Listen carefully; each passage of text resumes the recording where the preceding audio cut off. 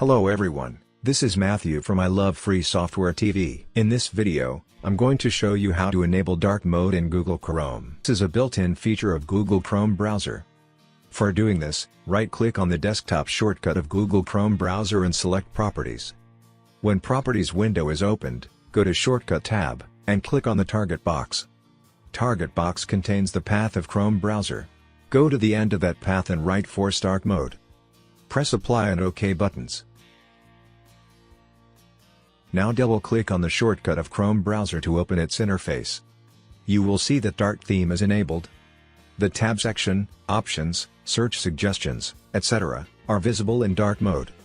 Currently, this feature is under development and available in Google Chrome Canary browser, which is an unstable version of Google Chrome. You can open homepage of Chrome Canary browser, download it, set up and install it. Its homepage link can be found in the video description. This is how you can enable dark mode in Google Chrome. If you like this video, hit the thumbs up below and remember to subscribe to this channel for more videos.